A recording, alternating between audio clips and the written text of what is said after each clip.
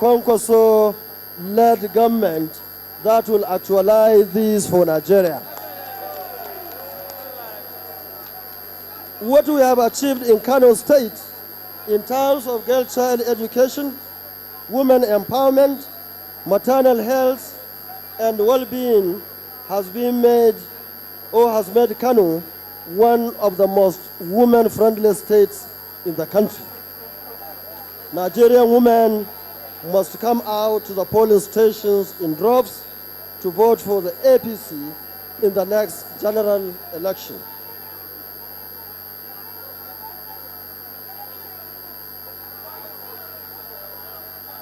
APC. Our government will be a government for the Nigerian woman, a government for the Nigerian girl, a government for the Nigerian child. We must work hard to enthrone that government. This can only be done by an APC government under my leadership. We have done it in our state and will do it for the whole country. Yes, we must. Just as women and children are being neglected and discriminated upon by the thick-skinned government of the PDP, so are our elderly, the pensioners, and the physically challenged. Federal government pensioners suffer every unimaginable maltreatment and dehumanization. They gave their all to the nation during their useful ages, and today, at the moment, have their needs when they are weak and aged. When they need the support of the nation the most, they are being traumatized and betrayed. They are being abandoned and humiliated. Let us work together to cater for the need of our senior citizens. Let us build a government that will give pensioners a decent lease of life. Let us have the opportunity to bring smiles to the faces of every Nigerian pensioner, as we have done in Kano State. We have reformed the pension process in Kano. We have made it more efficient and more responsive.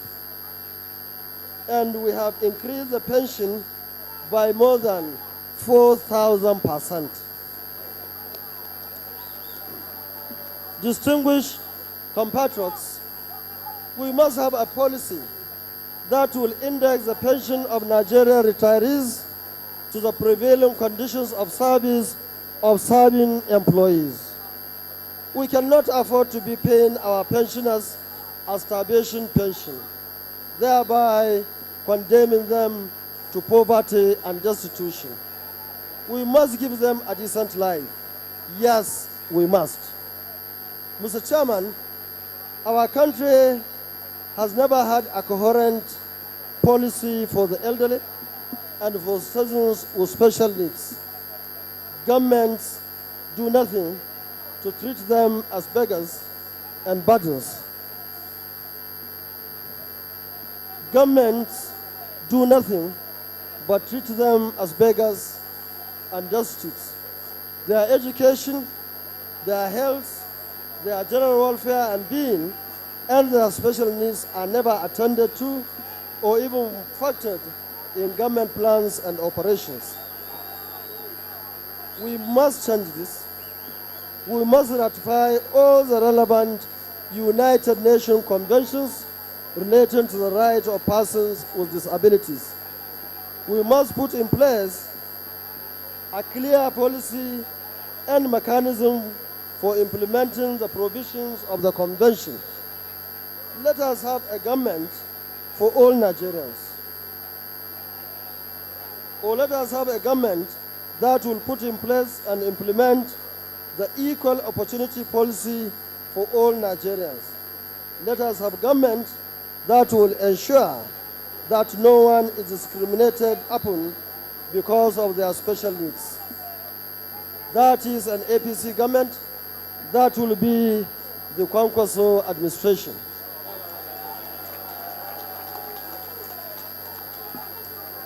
The cheap money from oil and gas that our country is dependent on is being threatened by many factors.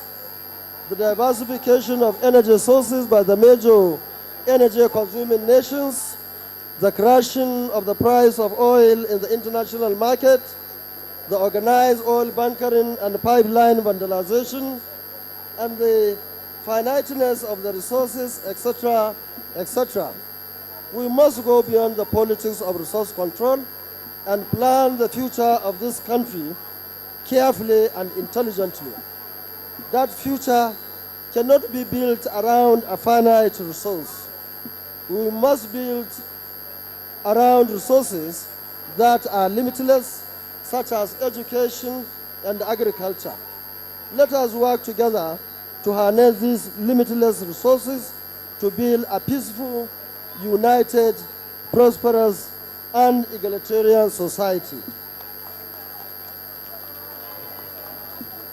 Time and again, I listen to people accuse the Nigerian youth of being an angry bunch. Let me seize this opportunity to commend the Nigerian youth for being angry. Anger in today's Nigeria is a virtue that every patriotic or patriot must imbue. We must be very angry with what is happening to our country. We must be very angry because an inept government is killing our dreams, destroying our future, squandering our health, and shortening our lives. In Kano State, we are giving hope to the youth through education and skills acquisition schemes. We have sponsored thousands of graduates to different universities all over the world to pursue various higher degrees.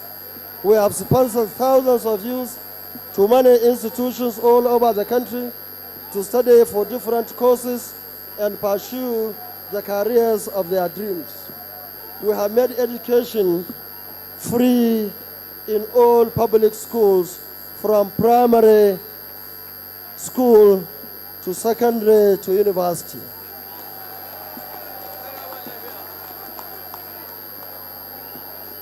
We have established numerous skill incubation centers where youth and women get trained and start up capital given to them to commence their small enterprise. We are creating opportunities. We are creating jobs. We are also making the youth to be the creators of jobs. We are bringing meaning into their lives.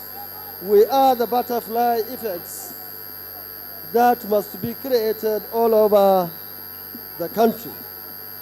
This is possible. Let me call on all Nigerian youths to unleash their anger on their ballot papers by voting the PDP out of Asarok in February 2015.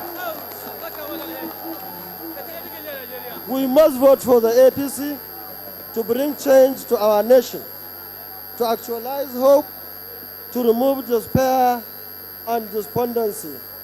We must mobilize our anger to make the PDP administration history. Yes, we must. Mr. Chairman, distinguished compatriots, let me conclude this address with a reflection on the sad slide of our country in international affairs, from grass to grass. Once upon a time,